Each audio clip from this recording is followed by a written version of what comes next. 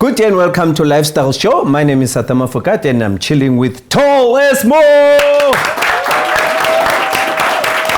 Thank you. Thank you very much. Thank you. How are you? My brother, I'm blessed. I'm feeling amazing. And yeah, the grace of God is upon my life every single day. Yeah. I felt like you were preaching the grace of God is upon my life, and I felt like going back to my room and fetch a Bible. Are you well, my brother? I'm well, and it's Ngabantu, So I'm fine. It doesn't really cover a lot of what's really going on with you. If you say you're fine, then you'll be fine. But when someone asks you, how are you doing? And you say you're blessed, you are proclaiming, you are manifesting. Mm-hmm. You spoke about blessed, and I'm looking at your name, Tall S. And how do the two combine? Tall Esmo, basically it's TOL. Totally outrageous laughter, avant-garde street style Mo. That's what it stands for. So a lot of people just think it's Tall Esmo because I'm tall. That's what I thought. Yes, I am tall, but trust me, when I'm in the States, I'm not that tall. The first time I met you, you were still a kid. Yes. And not a kid, but I was a teenager. I think it was, a teenager. Mm-hmm. I think you were at Ekurhuleni booked for some event, if I'm not mistaken. Correct, yes. I don't know if it was done by DJ's Boo or TK or something. It was done by TK. Yes. Yeah. Where was it? Empress, it was at Birchwood. Birchwood. Yes. You made me laugh. TK, thank you. TK no putomdalo sbu. They've been doing this festival Ekurhuleni, like it's an all-white situation every end of the year type vibe. And being the first comedian coming out of a Tembisa, DJ Spoon or TK really embraced me a lot, and they said, Mo, come and MC, come and perform, come and do your thing. So are you from Tembisa? Yes, originally. Wow. Born and bred Tembisa, Hospital View. A Hospital View at Tembisa. Oh, cheese boy. No scheme, no, I'm saying cheese boy, bro. It's like, I was just blessed enough to grow up in an affluent area in Tembisa. And Akonom Kulwam was into business as well. And he loved the world of film. That's why. Hence I'm saying cheese boy, because the first time I went to Hospital View, I couldn't sleep. Yeah. I just couldn't believe that I was in such an area. Remember, during the days of apartheid. Yeah. Imagine Hospital View during those days. Correct. I was a dancer. I don't even know if you even know what Znigo is. I know Nico very well. Okay. Actually, he was my grandfather's friend. And I was there on the music video shoot for Brenda Fassie's weekend special at King's Palace as well. Yeah, that was my grandfather's nightclub. And we had another nightclub called Choose Me One and Choose Me Two. Yes, I remember Choose Me One. And there was another one there at the corner before you go to Rabasutu. King's Palace. No, even before King's Palace. I forgot the name. But the owner was a former mayor. Yes. I don't remember exactly what the name of that club was. Maybe you were not even born. Yes, probably not. And then we had what I like about this is that it reminds me of how my grandfather was in love with production as well. He opened up the first cinema. Oasis is the name, sorry. Oasis is the name of the club that was there at the corner. Oasis. Oasis. Oasis. Yes. Oh, do you have Oasis, yes. Education, Oasis. What do you call it? Oasis. Oasis. Oasis. No, Oasis was quite a big club. Nabos, Nikos, Nash, those were very, very big clubs. I used to break dance there till 2 a.m. in the morning. Wow. Nabu Andrew. Yeah. I used to sneak out of home and go to Nico and participate there. Yeah. So I've been there. I've been in Tembisa. Oh, yeah, for Star, Nika. No, not Tembisa inside out. I was once jailed at that station. What's that station? No, a train station. Or train station, Okmo. I was once jailed at Okmo. I mean, guys, I've been through a lot, so I've been there. Easy. Because remember, we used to travel as dancers. Yeah. And you're not allowed to have that kind of movement during there. Yeah. I was jailed many times in Pretoria and all those things. But to everybody at home who doesn't know who Tall Esmo, I know that everybody knows you. But who is the real Tall Esmo? Tall Esmo, Umongezi, Ungobondwane. Umongezi wakaMahlangu. Umongezi ntwana seTembisa. Umongezi we Zulu sakangcobondwane of like many. My grandfather was a polygamist, he had 2 wives. I grew up in a compound family whereby like to see the same kind of setup you've got here. How are you buyer at the Hospital View? Like my grandfather, they literally built 3 houses next to each other. The middle house was for him and his grandchildren. House number 1 for house number 1, wife number 1. And house number 2 for wife number 2. And it was Pila Ganjad. And then the comedy? Wow. Where do you start thinking, no man, I am actually funny? I used to make a lot of people laugh because I'm a storyteller, you know. So sometimes when I describe my stories or tell stories, you know, that's where my humor kind of comes out. I don't do knock jokes or whatever. The humor is in the experience, you know. So you know, I always ask myself, Nina, people that are like comedians. Yeah. You know, I've sat with a comedian here trying to understand how you guys craft jokes. You know, because I find myself talking and people laughing, but I don't understand Then what why? makes them laugh. Yes, because sometimes I'm serious and they laugh. Correct. You know, me, I have a like time. now I said I was jailed and then they laughed. Nobody takes me why were you guys laughing? I was jailed and people are laughing. How do you guys craft a joke? Do you know what? Jokes are crafted in many different ways. There's a simple formula to create a joke. You have the introduction, you have your storyline or your story, your body of the joke, and then you have a punchline. And then with those three notes, you can play around with it. You can punchline, storyline, intro, or you can intro, punchline, and then give us the story. You know, so you can play around with those type of things. But with me, I kind of learned those things as I was on stage. Because with comedy, there's no practicing behind the scene. I can't sit down with one person and say, don't you can't. You can't do that. But what if they laugh before the joke, climax? Then that's great. You work with pauses, and because comedy is rhythm. If you listen to, like, for example, the music I listen to teaches me to have comedic rhythm, and it allows you to give the audience a chance to breathe in your information. If they laugh, let them laugh it in, and then while they're laughing, you keep on kicking them. You keep on. It's like, you know, when someone tickles you and you're laughing, and you keep on tickling. That's the same thing that we're trying to do with the comedy joke, basically. Because I laughed because you were mixing a lot of Venek. Yes. I think there was some Tsonga jokes there. Yes. It was very funny. Yes. Do you know what? Because basically what I do is that I pick up from experiences. So if there's two construction workers talking, and I can hear the conversation is hot, you know, and then you hear the conversation, hey, but watch Beyonce. by one. I'm like, no, this is information I can roll with. Then and you start crafting it. Correct. You just take the by one. Because of that, then I can create a whole story based on that punchline. Yeah. And who tells you that you're funny? That's the thing, it's the audience, eh? They decide on the spot. It's actually the second scariest job in the world. The most feared job in the world is public speaking.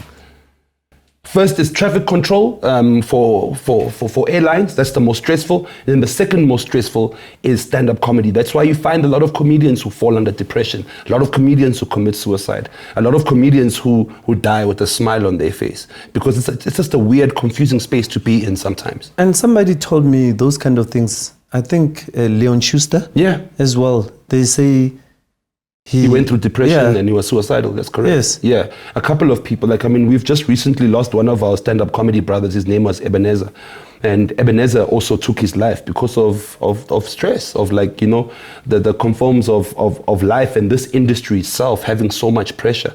You having to keep up. Because with comedy, it's not like music. With music, you can drop that one iconic track that lasts forever. And then with comedy, you have to keep the jokes fresh and coming every single time you're on that stage. I know you're one of those people that went through depression, but with you, I don't think it was the case of running out of jokes. No. Because with others, I sometimes think, what if maybe it's running out of jokes and you start feeling like I belong nowhere? Yeah, with me, it was more of a minimalized opportunity it was a reducted opportunity, because I don't know if you're aware that I was once falsely accused of rape. And this kind of was the, how can I say, a lot of people would say the destruction of my career, but I believe it was the pinnacle of my life. I always say to people, sometimes it's already written in your script that you have to go through these things. Yes. And it's how you react to it that takes you further. And actually, it might be an ignition to greater success, because then it makes you actually think and get out of your comfort space. Yeah, I was taken out of my comfort space, but I put other a hell of a lot. It's more than just getting out of your comfort space. it's not being able to work. You know, when you have the ability to work, but then the industry, unfortunately, just, you know, doesn't give you that room to work, because you have this thing on your name, even though you've been proven innocent, but then it just stays. It's just it's a terrible stigma that is very difficult to remove. That's why I stood up and I fought for my life. But like, I really did. I never bottled this thing inside, because once us as men bottle emotions and feelings inside, that's when we cry bullets, you understand? So I decided to go on a campaign and fight for my name. I really did, man. I cried on national TV. I spoke to so many people, like different journalists, who also tried to make me look like I'm a bad person, but then I had to let my true self come out and let the people who are responsible for my life, for my livelihood, decide if I'm worthy enough of their presence or not. A lot of us go through such things where you are falsely accused of things, and you know, there's this, what do they call it? Cancel culture? Cancel culture. You know, how did you deal with the cancel culture climate? Because I can relate to what you're saying, and it's hard to prove to people that, you know, beyond that, I always say, you know, they say bad publicity is good publicity, but sometimes it's not. Not in South Africa. Yeah, sometimes it's not, because not in South Africa. Yeah, you might not recover. No, it's very difficult. You know, you're lucky to have recovered, and you know, it's because of the support that you have out there and those people that know how genuine you are. Correct. But then in the bigger scheme of things, in the corporate space, you'll never see me being the face of anything. I mean, I was the face of Mzansi Magic, the face of so many different new channels that came up in South Africa, you know. How can I say? I was a pioneer in a lot of things in this industry, but then that seemed to have been erased just over that accusation, that false accusation. And it's very frustrating, because I'm asking myself, are we ever gonna get to a point, maybe not in this generation, where people know that you went through the court procedures and you were proven not guilty, and you are just as normal as anybody else. But the crazy thing is, it was not just being proved not guilty, it's being vindicated that the person who had filed these charges against me was completely lying and was doing it for financial gain. Yeah. But you're still not forgiven. No. By the corporates. No. Because the question is, how do we turn that around? Because it might happen to your children. It might happen to the very same people that are victimizing you. Correct. It might happen to their kids. It might happen to their relatives. Like, how, at what point are we going to, you know, get an opportunity to explain to people that we need to change? It's podcasts. Podcasts like this are not regulated by big broadcasters. So this is one of the few spaces where we actually have a chance to air out our grievances and actually be heard. Without being filtered. Without being filtered, that's correct. Without being filtered, you know. So it's very important that we have such platforms. At that point when you're going through such, everybody disappears as well. Correct. You guys, you don't understand. The lights go off very, very quickly. Yeah. The lights go off very quickly. And you know... like even your best friends disappear. Yes, they disappear. Or the phone calls they make, you can tell, man. Yeah. This phone call is actually about finding out something rather than helping you. Than helping me. There was a time when my phone was literally quiet for like, I think 5 years. 5 years, my phone was not ringing. It was not ringing. And then how do you make it back? I fought for my life. I had to stand up and say, you know what? I'm going to speak for myself. And that's exactly what I've been doing. Even though the corporates don't like it, they don't like you speaking for yourself. They don't like you not speaking for yourself. So it's like you caught in limbo, in the middle of limbo. So I decided, you know what? I'm going to go out there.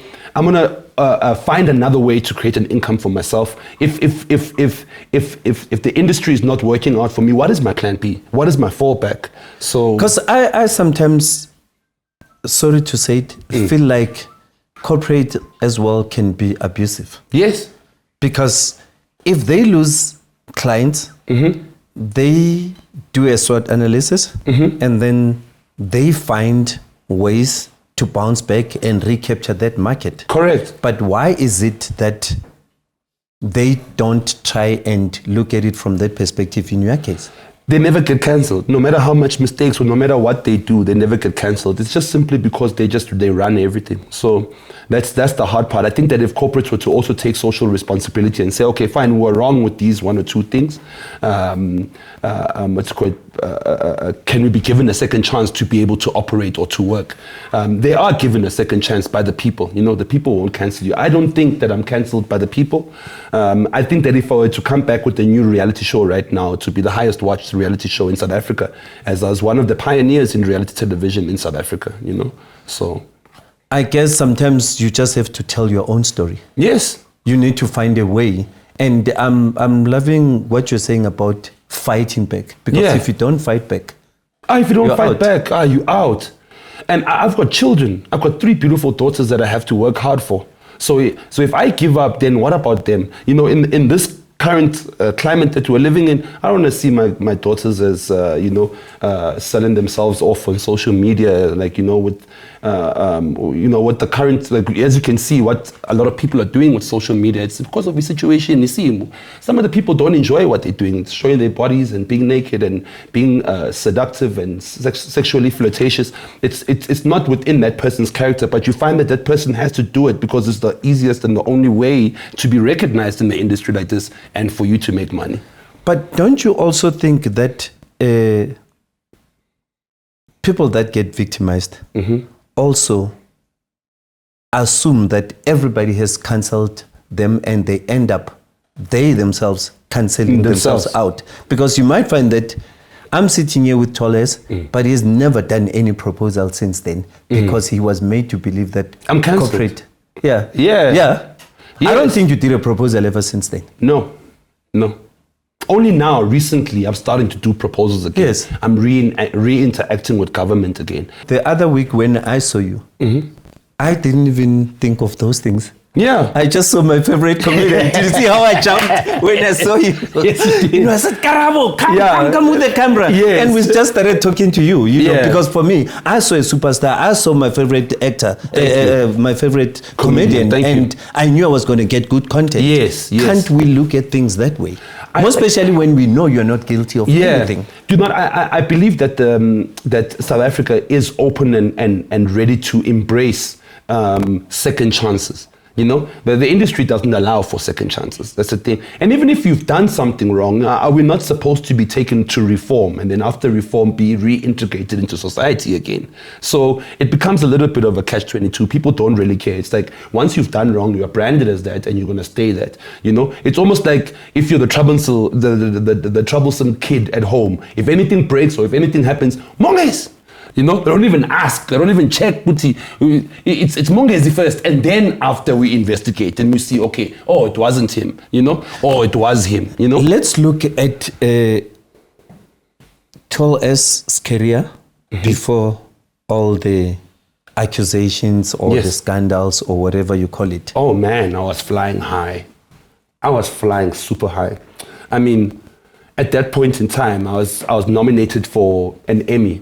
And that Emmy was for Best International Stand-Up Comedy. And I was at the point whereby I was on, 6 different channels at the same time. So you could watch me from Monday to Sunday. On Wednesdays, you could watch me on 4 different channels back to back, 8 to 8:30 on ETV, then from 8:30 to 9 o'clock on Mzansi Magic, and then from 9 o'clock to 9:30 on One Magic, and then from, literally, that's how I was like. I kind of broke the barrier of, I don't know if you remember, there's a time where SABC Talent couldn't do work. Yeah, they were not allowing you. Yes. Or you would just be... I was like, man, I'm tall as Mo, bro. I am tall as Mo. If I'm going to be on this show, trust me, I'm going to give you me and the best of me. Yeah. And it's not just for SAPC, it's for the viewer. Yes. So if you're going to put me on ETV, I'll give you the best of me still. You understand? So I managed to cater to manage and work those deals and made them favor myself. And I gave them something fresh for each channel. That's why they were like, it was not repetitious. It didn't feel like it was a repetitious thing. And I've never acted before. I was only doing me. I've only played myself. Please mention those shows. Wow. Where do I start? Yeah.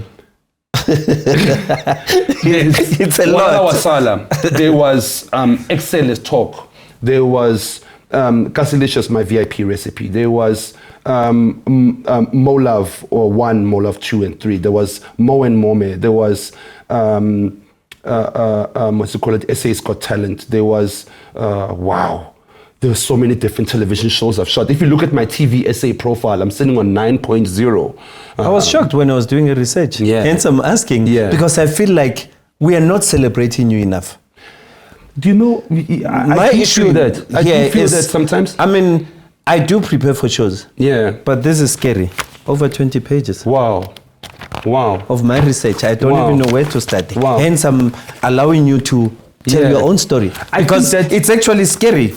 What you've achieved. What I've done, yeah. Hence, just earlier on I said you're a young legend because I was actually shocked. Do you know what I thought to myself the other day when I woke up? I'm like, wait a second, I think that I'm only going to be celebrated when I die in this country. And that's where you're going to see it. That's what it is. When you die in South Africa, that's when they kind of remember and recognize you for who you are. It's like our music. I always say most of the songs will be played when I'm gone. Correct. Yeah. All of those songs will come back again. Meanwhile, they're supposed to be playlisted as legendary tracks that set the foundation for South African music for what it is today. If it wasn't for you, I don't think there would be Amapiano. There wouldn't be a so-called hip-hop culture because you were the first person to actually rap. You were rapping back then. That's what I was saying to people that have been doing rap. Yeah, you were rapping, you know, and you rapped in a way that was able to be relatable to us as people. I think you've also been through so many different ups and downs in your careers, but hence I understand you. Yes. And I'm glad that you're not shy about the fact that you're fighting back. Yeah. To reclaim what's yours. Correct. Because you didn't do anything. Yeah. And if you didn't do anything, I wish we could find a way of dealing with cancel culture. And I think a lot of topics are being addressed in this country. You know, there's GBV is addressed, there's crime is addressed, there's a whole lot of all these foundations. But what about something that addresses cancel culture? Yes. They did a show.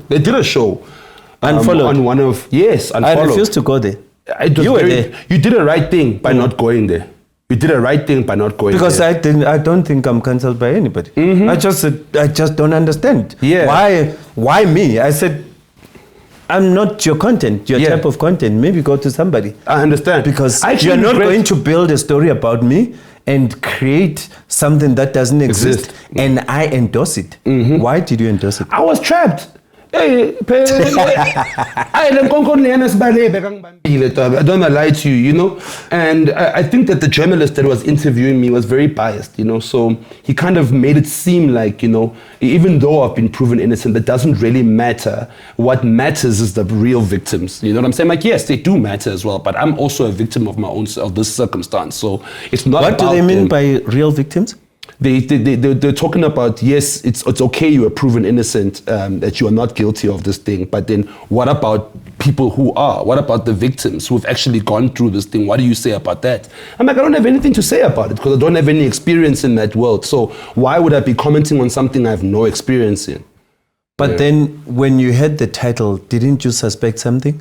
When it was Unfollowed, I thought that it's a reignition of my career. Like, this man was unfollowed and now you're going to get his real story and understand exactly what happened to him. Oh, I hear what you're saying. Like you with me, I sort of started avoiding traditional media. Yeah. You know, and looking at podcasts, there was no podcast that I felt was celebrating who I was. I think I was helped by my son.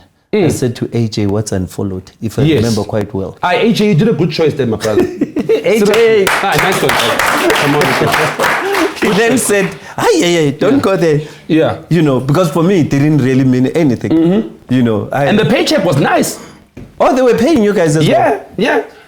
They paid me after the interview. It was their highest ranking interview on that entire season. It was their highest watched interview. As a matter of fact, their promo alone on Twitter and on social media did over more than 2 million views. At least they pay you guys. Yeah, no, that I got paid At least they pay you, which is good. Other interviews, not necessarily so. But the things that South Africa needs to understand is that my financial situation was the one that was most highly affected. And that still today is the fact, you know. And I'm trying to rebuild myself into a position whereby I can afford all the things that I was able to afford for my kids, to be able to put my kids back into those schools that they used to go to be able to live in that neighborhood I used to live in, to be able to drive the car that I used to drive, to be able to afford to get my kids the clothes that they need to wear on during winter time. But do people know that it can happen to anyone? Yeah, we're all sitting ducks. A lot of men don't understand that if we don't support each other, the day it comes to you, then who are you going to have? Because it can happen to anybody. To anyone. You can be a sitting duck.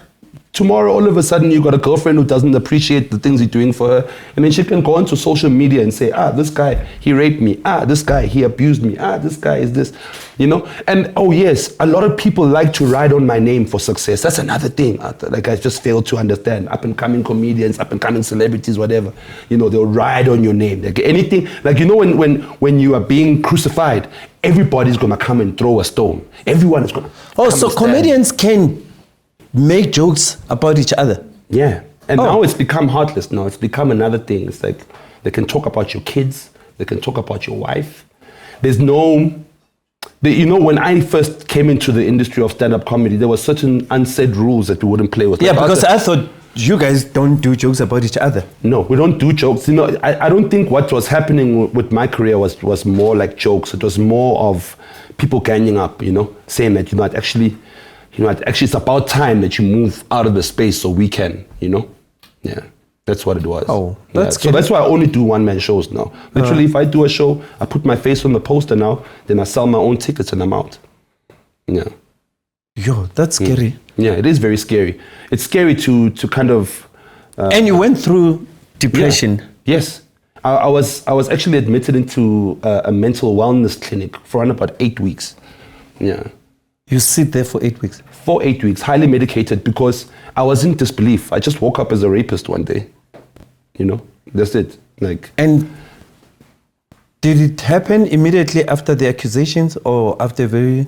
It took time. When the reality started sinking in, when I had to move my family from Sandton and go and live on a farm, it was to protect the livelihood of my children. Because don't forget, my children are also little celebrities. I mean, all my kids were born on TV. I got engaged on TV. I started dating on TV, got engaged on TV, got married on TV, raised my kids on TV. My kids were born on TV, And I think that I gave South Africa my life, my true life, And then just one tweet came out and then all of that was just taken away from me. And what do the producers do? They just decide and write you a letter and say, yeah, they have to the show is canned. They're impartial. They're saying that they're being impartial.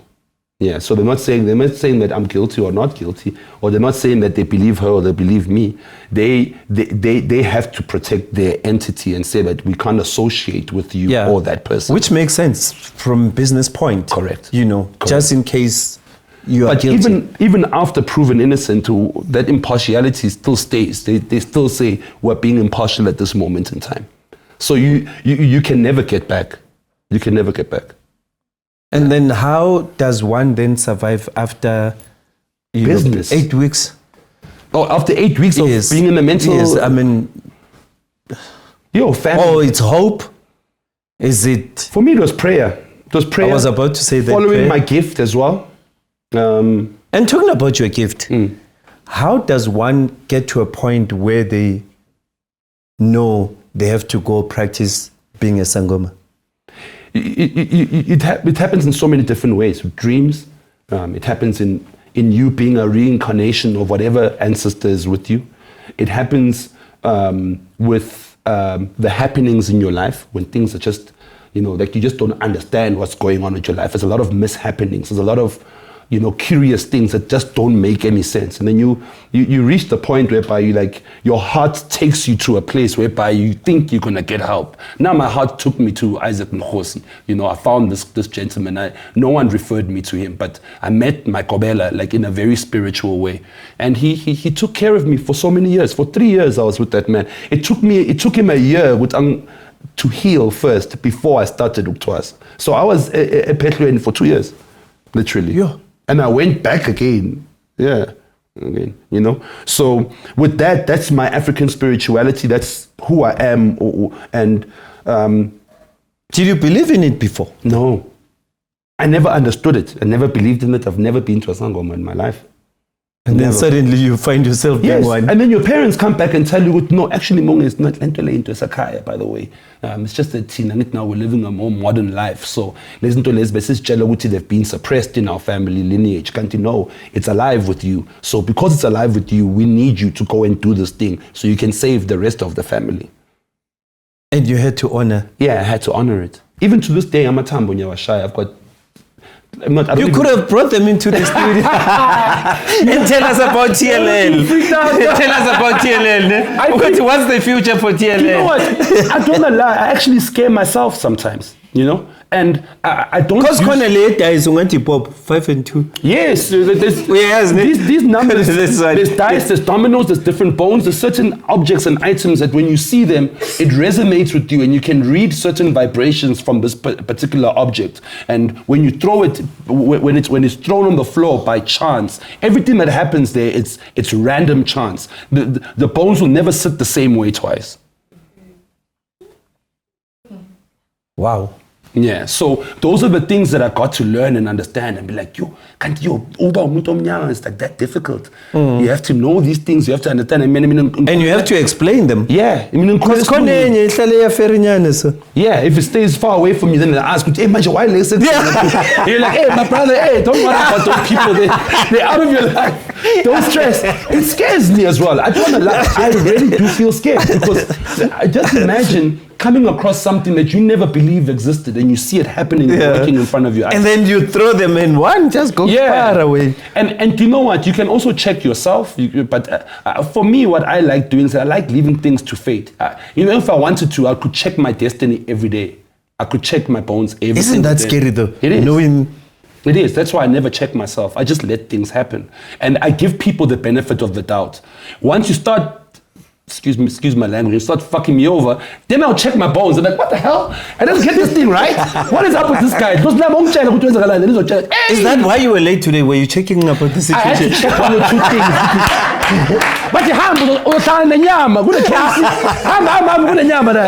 You know? But did they honestly tell you how powerful I am? I didn't check. No, Ngishamina. No, I didn't check. You are extremely powerful. All of us as African beings. No, because I've met somebody before and he said, and you're too powerful. Yeah, you can't tap into someone's spiritual life without their permission.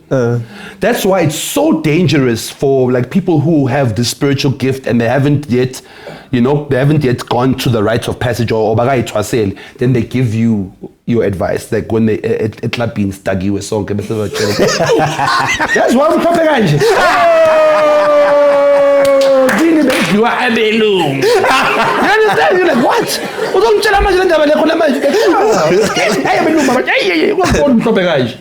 You know? So you have to learn how to control this thing because it's dangerous. It's very, very dangerous. You can't take spiritual advice from people who have not learned how to discern it and how to give it to you properly, because there's counseling that comes with these things, because sometimes you reveal things in someone's life that they were not ready to hear, and you have to kind of break the news down to them in a way that will not freak them out, and you have to give them solution, give them hope, and say, but this thing is rectifiable. Your ancestors are giving you a chance to fix this thing if you follow Liadoso 1, 2, 3, if you do this 1, 2, 3, you know? So somehow then you multiply your growth stature, because you become somebody that is more senior than us myself. Normal. Yes. Correct. That's the scary part is this, is that I've got this second intuition that's in me, you know, that's this ancestor, you know, and I just buy, you know, he's not thrilled by the things that happen in the world. That's why he allows me and he empowers me, and God empowers me to be able to say, do you know what, I'm not here because of Abantu, I'm here because of a higher reason. I'm here because God, number one, and I'm here because my ancestors, and I'm here because my family, and I'm here because of, you know, the love that I have inside myself. So if everybody can understand something, that God is within you, that's why when they say pray with all your heart, with all your mind, with all your soul, you know what I'm saying? Where do you think all your mind and all your soul and all your heart is? It's inside you. You know, and if God knows your thoughts and knows your heart, then where is he? He's not outside you, he's inside you. For him to know what you're thinking, for him to know what you feel, there's only one way he can ever know that, is that if he's inside you. So when we proclaim things and we say things like I am or I am not, you know, that's what you'll be. You know, after what you just said, you know, it just rang in my mind that there's a certain arrogance between, you know, Christians versus what you believe in. I am How do we, yes, because sometimes there's an arrogance from certain parties. Correct. You know, you've mentioned God and you've mentioned ancestors at the very same time, and you believe in both of them. Correct, yes. How do we embrace both at the same time? Read the Bible. The Bible embraces ancestors all the way. Read the Bible. There's no place in the Bible where they introduce a king without telling you who his father is. There's no place in the Bible that mentions a prophet without telling you they'll always say son of David or son of or this. But then the Bible doesn't. Yeah, the only part where the Bible ignores is the African. Correct. Don't forget that we're also westernized in this Christianity. You know what I'm saying? And true Christianity, in my belief, is understanding the true roots of what prayer is. You can't pray in a language that was not your mother tongue. How do you expect your angels, you know? That's why I ask, what language do you dream in? Only if you dream in English. I don't actually understand. You must be worried. You must be worried, man. Even if you couldn't win, understand, it's fine. You'll learn Zulu along the way. But now if your dreams are in English now, you're going to no, this is even when you're thinking, what language do you think in? What is your internal process? You have to be Africanized through and through. Through and through. Rather think of the solution in Zulu first and then give it to them. Are you sure, Mina? I never had an English dream. You know, since you said that, like, I don't remember dreaming in English. I don't remember dreaming in English. I would be lying to you. I don't. I honestly can't, you know. So it just kind of shows and makes you understand one important thing. You who you are inside, your true being is what people must get to know. It's what people must take from you. Don't. You know, I'm advising myself at the same time. Is that don't take what other people put onto you and make it you. You know, you can't.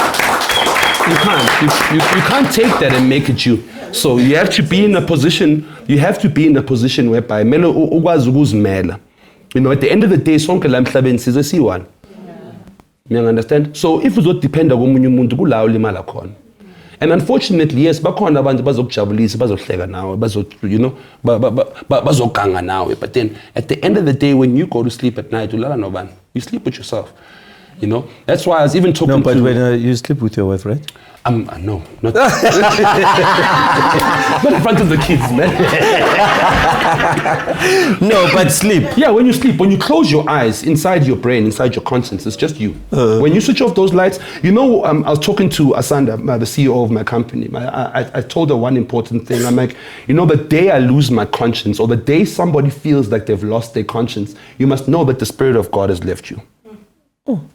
If you're able to do harm to the next person and do things that are malicious to the next person and hurt the next person, swear at the next person, talk badly about the next person, create false narratives about the next person, and you go to bed with a smile at night, you're pure evil. God has left you. But the day you have guilt, you do those things because we're human, we're mistakes. Sometimes we do things without noticing that you're hurting the next person. And the day you acknowledge and you realize, actually, what I've done is wrong. That's your conscience. That's God within you speaking. And that will make you go to that person and say, I'm sorry. I apologize. If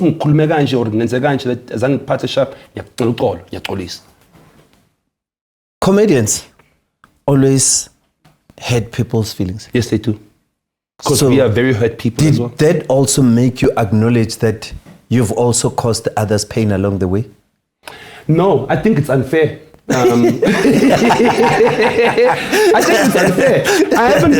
I believe my comedy career really hasn't caused people pain, because how do I pain you by talking about how I was raised? You know? Or when you don't really target individuals. No, you laugh at my pain. Okay. Okay, Yes. you know what I'm saying? So you're not one of those that... No. It's not within me. It's not within me. What I'll do, I'll make fun of myself rather. Thing is, and then you guys laugh at what this imperfection is. And maybe you'll be able to relate and find that imperfection within yourself. And that's what... Hence, I'm trying to think. I know most of your jokes and you're right. I'm not getting one. Yeah. But I'm going to research after this show. It's all stories, like, you know, when there's a thing saying, there's a saying that says, hurt people hurt people. I don't know if you guys heard about that. Yeah. It's actually a very selfish statement. Actually, when I think about it, it's a very selfish statement. It would be very selfish of me because I'm hurt. You know, it would be very selfish of me because it would be very selfish of me if my health is not right, then I affect the next person. But then, you know, I'm listening to you. You're sounding now suddenly as a motivational speaker.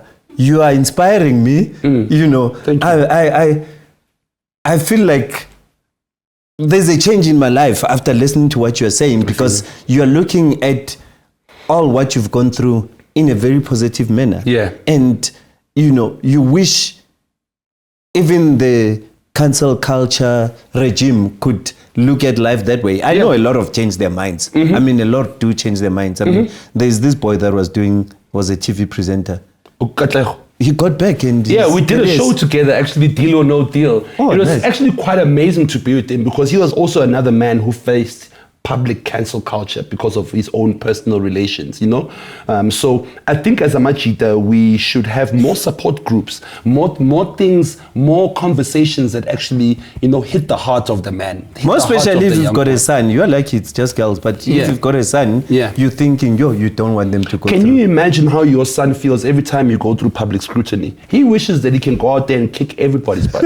Trust me, my kids have been wanting to say, you know what, Dad, we can't allow them to talk about you like this. We're not going to stand. We're gonna speak out. And you say no. I'm like, no, calm down. It's not your battle to fight. And how's support from the family, from the wife, from relative, from... You know what, I have a lot of support from my family, but you know, this situation has kind of caused a big rift in my family, you know, in my family dynamic. You know, I think that everybody has seen and known that, you know, my wife and I were publicly separated at some point in time. And within that public separation, I got a lot of scrutiny, you know, and I got scrutiny because I aired out the fact that I was traumatized by a black woman. Oh yes, you got into trouble. Yeah, I got into trouble by saying that I'm traumatized by a black woman. And there was a point in time where I felt like I don't want to ever date or touch a black woman. I remember you said that. Yeah, when I was telling you about man, one touch this, who even says you are attractive G2N? Yeah.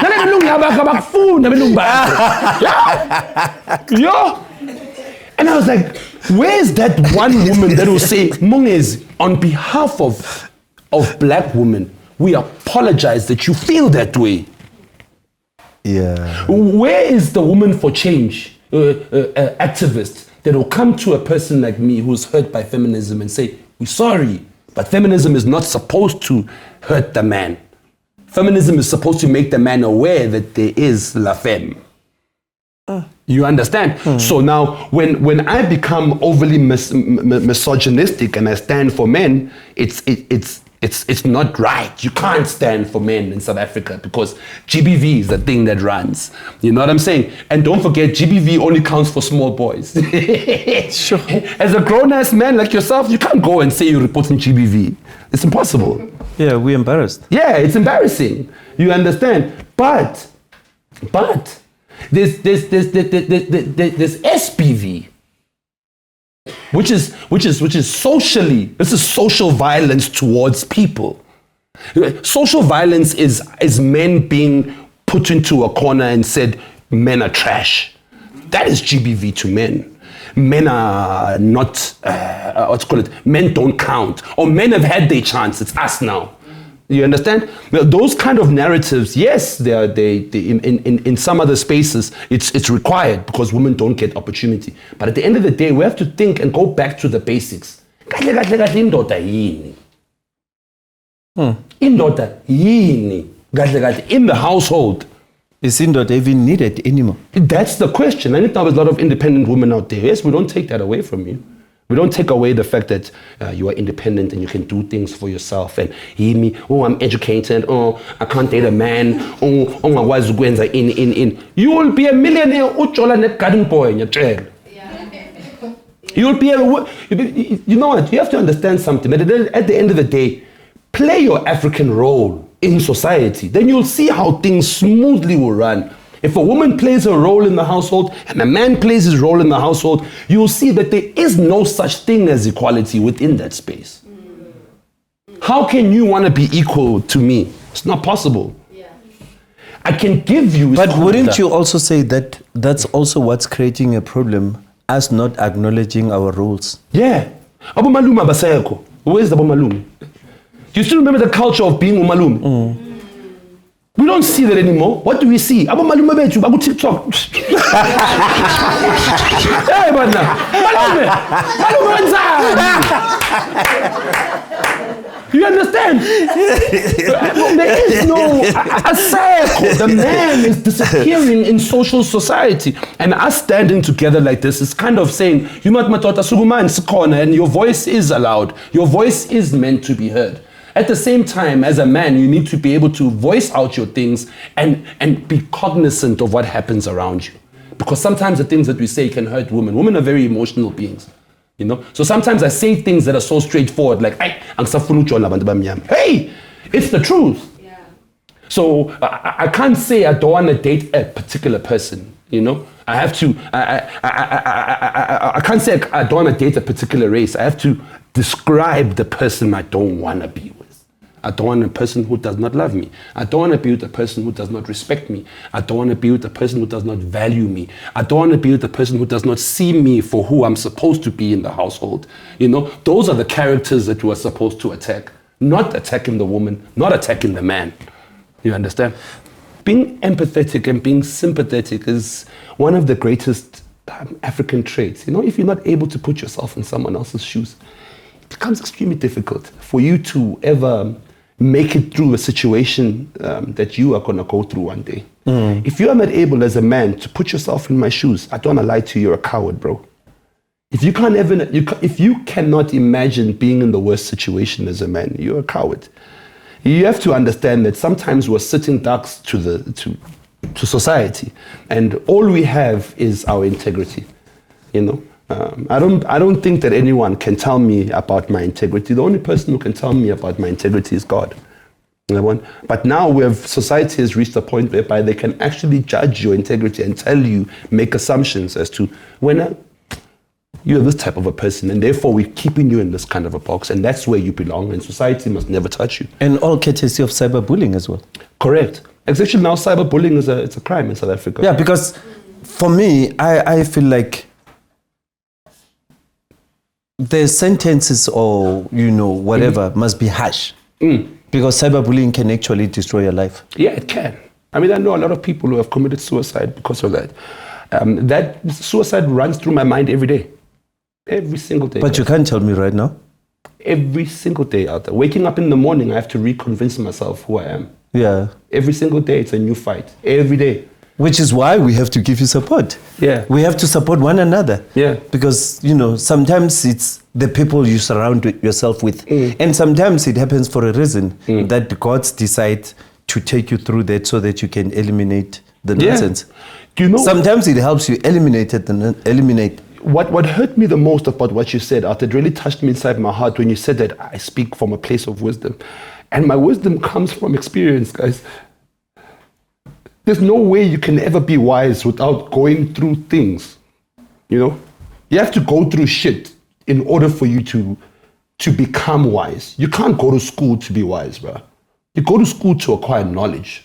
Knowledge does not teach you about life. Knowledge gives you the tools on how to facilitate yourself as a human being. But without experience, you'll never have wisdom.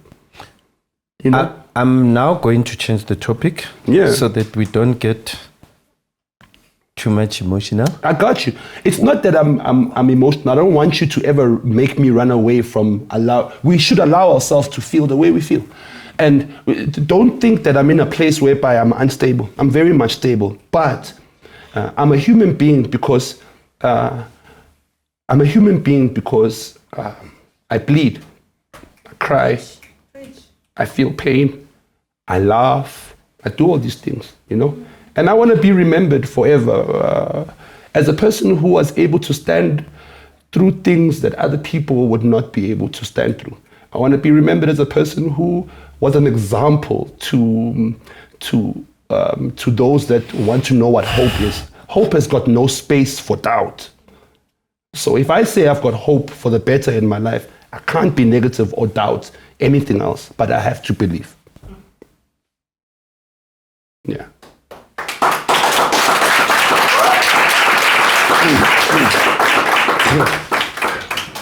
Yo. Okay, when I met you, you were doing gaming. Yes. There was a lot of kids around you. Yeah. They all looked happy. Just like you here, man. Just like them. Yeah. There was a lot of kids. Yeah. And they were seeing Tall Esmo. Yeah. The one I love. Yeah. The one that inspires me. Mm-hmm. The one that I idolize. Yeah. And you were there being the tallest man on that exhibition stand. Yes. And you were taking care of them. Yes. How did you get into gaming? How I got into gaming, my uncle stole me a golden china. What don't you golden china from one of his friends, and we managed to have the opportunity to play games. And for me, what made me fall in love with gaming was the ability to imagine. You know, games are imagination. Games are storytelling. Games are things that can be able to take your mind to a different space.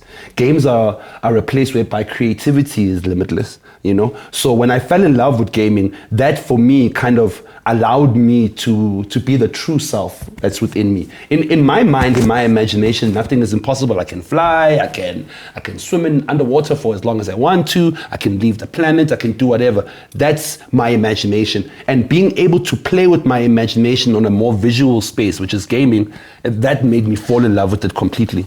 So you realized that things are not as gloomy as they used to be. Mm-hmm. Where you excel, which is entertainment. I know gaming is still part of entertainment. It's my life. But you now went into gaming and you are also still excelling there. Yes. But what pushed you into that corner? Were you with, is it Tem? Yeah, Tem Gaming. What pushed me into that corner was, yes, is was udlala a PlayStation better than the ones that own one at home. Have you ever had a friend that came to visit you and played your PlayStation? I'm one of those friends. Yes. My friend had it. Correct. So now I'm all about giving that kid But you understand what he's talking about? Yeah. You don't own it, but once you touch it, yes, this. Yo, man. We now that's where the word of mama came from. Say mama. Yeah, you imagine we a mama dog. Yeah. More fucking 5 up in that arcade machine when's a show. Yeah. The 5 up here last. You know what I'm saying? So why is it always the case though? I don't know what it is. Like, the game gets you hooked, and this is the experience I want all of. And there's that kid that stands there for the whole day. Abuge. Yeah. But you give him a chance. He even directs you. Yes, now those kids need this opportunity. You know, my mission is to put a controller in every boy's hand. That's my mission. And if I put a controller in your hand, it's substituting the gun. It's substituting the knife. It's substituting the fist. Oh, now I'm starting to understand. So you are trying to also reduce crime, find opportunities for these young people. But how are you doing it though? How I'm doing it? Because I saw you at that stand. Mm-hmm. It's the only stand, Karabo is my witness, the only stand that had so many people. Correct. All through the day. Yeah. Non-stop. All the way. We even had to call security. Even the minister, you saw even when the minister She came. came. In fact, people do endorse you. You remember the minister went to grab you. Yeah, she did. The minister walked in and he went to grab you. Yeah, she did.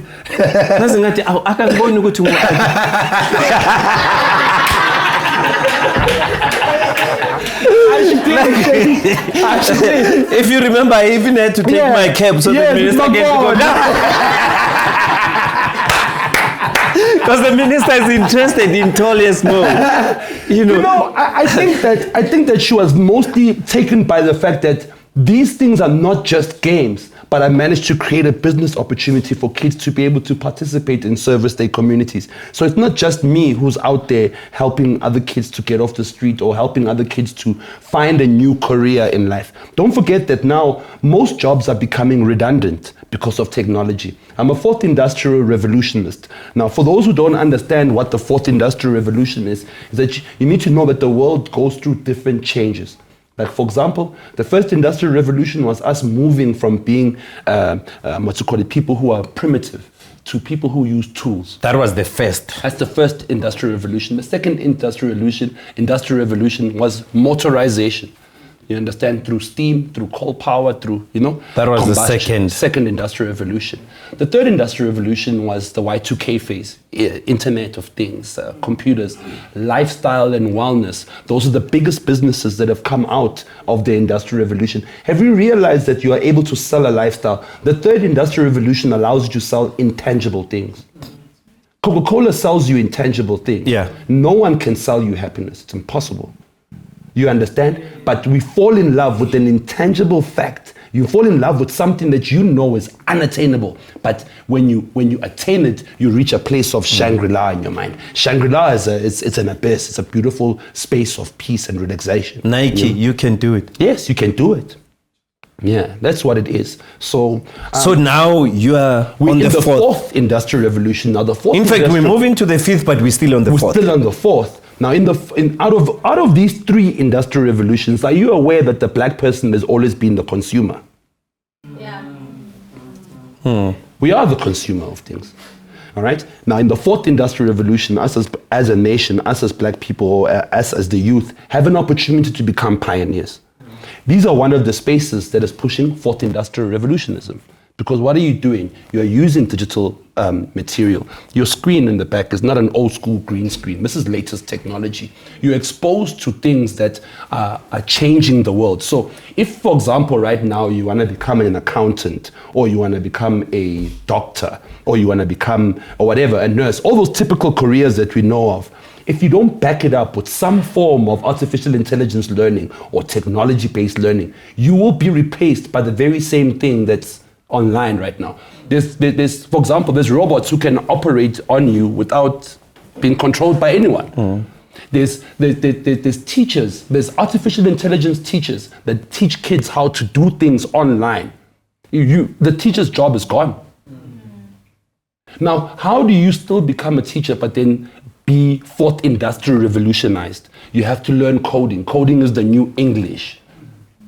If you don't know how to code as a human being, from 2025 going forward, you basically don't know how to speak English. You understand? And within the world of robotics as well, things are being more automated. A lot of people who do manual labor-based work are losing their jobs because why? There's a robot who can do it 24/7 without complaining or going on strike or asking for extra money or whatever it is. So what's your role there at Tem Gaming? So my role at Tem Gaming as the co-founder and the chairman of Tem Gaming, my role is to basically lead out and roll out the industrial revolution through the Department of Telecommunications and Postal Services. Our responsibility is to, number one, create a curriculum and insert a curriculum into the schools that will allow kids to actually open up their minds to the fourth industrial revolution. So currently, as we speak, we are working with a couple of schools, and we're working with Ekurhuleni as well, because I come from Tembisa, so I've got a very close relationship with Ekurhuleni North and Ekurhuleni South District as well, whereby we are going to be instilling a prototype curriculum that's going to go into these schools and give these kids an opportunity to become the next Elon Musks in the country. That's actually good, but my question is, yes, why limit it to Ekurhuleni? It's not limited to Ekurhuleni, it's a nationwide thing. It's just that now, because this is so new, the government or SAQA doesn't even have the right accreditation to give a person who will become a quantum physicist in South Africa. Is there even a SETA that looks after that? No. It's supposed to be MIC SETA, right? It's supposed to be MIC SETA, but then MIC SETA can't relate with what we do because it doesn't exist in the framework of things. You understand? That's why. So we are behind then we're as very a country. much behind. So what I managed to do with if there's no SETA that can even accommodate you. Yeah, what we managed to do as a team is that we stood up in Parliament. We got invited to stand in Parliament and actually get esports and Fourth Industrial Revolution based sports approved as a national sport in the country. Now there are SETAs available. Now there's funding available, like for example, Youth Life, for example, NYDA, for example, Department of Telecommunications and Technologies. They are only now opening up to the fact that, wait a second, we need to fund these things. But then who's your target market and who are the potential stakeholders in this? Okay, my target market is ECD to FET. And then the potential stakeholders is first and foremost the private corporate sector, because government can't really afford or need stakeholders to help them to buy the expensive equipment we use in the world of esports. But how expensive is that? And I'm asking all these questions because I lost the guy that did over 100 music videos to esports. He's now staying in London. Yeah. A white guy. Yeah. He did all my music videos. He was my neighbor here. And he kept on saying, all these podcasts, we've done proposals for these things 10 years ago. Yeah. We were supposed to shoot, and he said, I'm tired, I'm leaving the country. It's because... And I'm now concerned listening to you and seeing that you might be another one that leaves the country should things not happen the way you expect them to. Correct, yeah. It's because possible. you need support. It's possible, correct. What do we do? What are your potential stakeholders? Government has to, one way or the other. Yeah. We can't say corporate, because corporate will only come in if it's business. Correct. But also, we need to, as government, encourage business. Yes, yes. Have you spoken to the DTIC? Yes, we've spoken to DTIC, we've spoken to SETA, we've spoken to CEDA. We started this communication in 2017.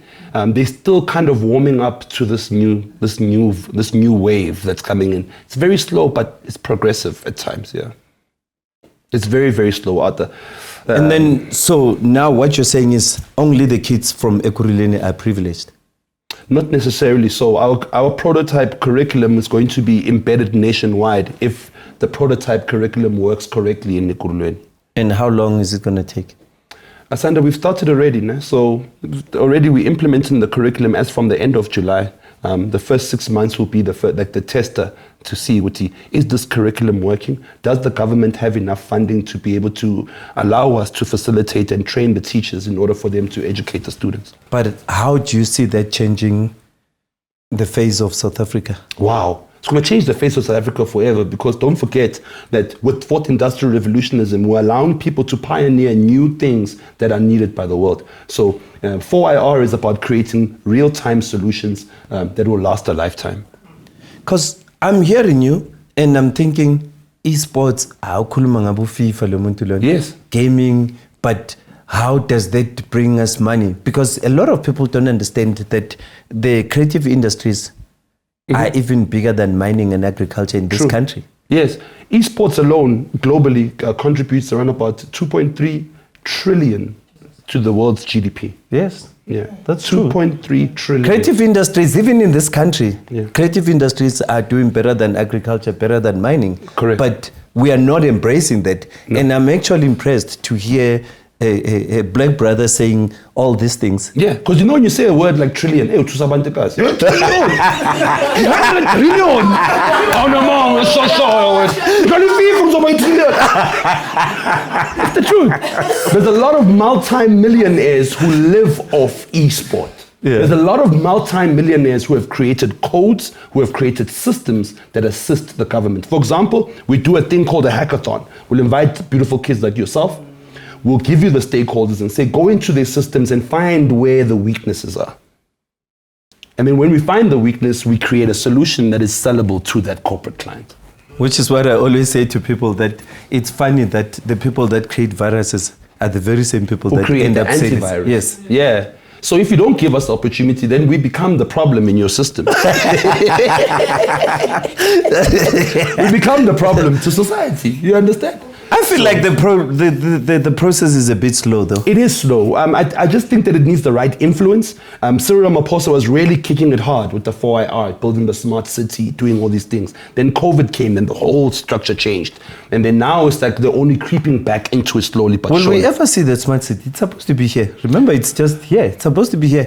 You know I always say I'm lucky to be in Midrand. Yeah. Because all these beautiful things are around coming. Midrand. Yeah. They've already started because it's supposed to be in the West Rand, in the West Rand. At Maldives Drift, all those areas. Correct. Next to Lanseria. They've already started laying out the cabling infrastructure for the smart city. Wow. So already big companies. Oh, so it's happening. Yeah, fiber is already being installed. There's optic fiber cables running throughout that whole space.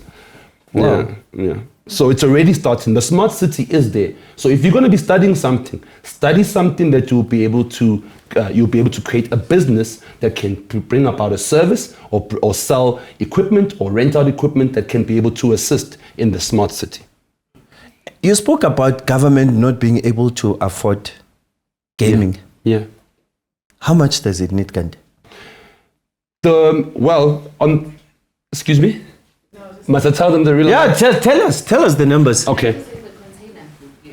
Okay, for example, like we have a business opportunity called a gaming container, whereby we want to subsidize these gaming containers to up and coming business people. They're worth around about 249,000 and create a revenue of more than 1.2 million rand a year.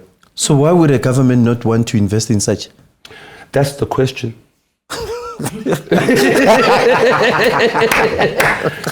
Yeah, that's why we here, that's why we speak out on platforms like this. That's why we come to seek advice from the elderly like yourself who have more experience in these things. Maybe we'll be able to get much more clarification as to how do we, get this thing off the road. Yeah, because I'm looking at Department of Communications and I'm looking at DTIC and I'm thinking these are your target markets. Correct. And there's Department of Small Business as well. Yes. Already there's 3 departments that, correct.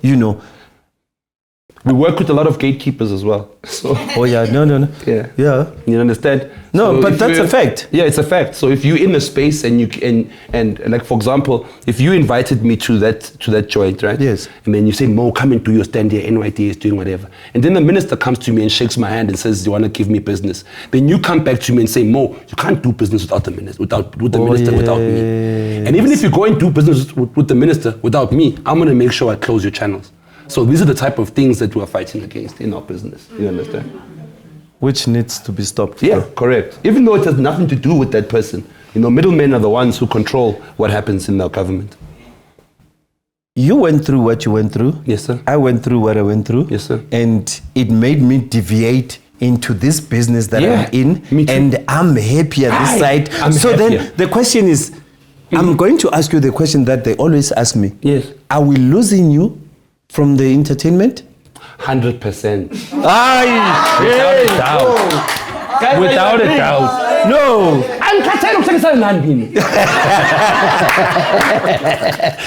You can never lose me from entertainment because esports is a form of entertainment. When we, for example, if but it's jokes. Nah. I think I'm a jokes. What I'll do is that before I think I'm turning the age of 14 next year. So what I want to do a very private and exclusive one-man show that I can be able to record for DVD and give it for free to the SABC so that my name can be immortalized forever. Wow. Yeah. That's what we would love to be involved, Lep. Thank you. Don't forget us, please. I know. We'll find a way. We're having an offline conversation after this. Yeah, no. We'll find a way.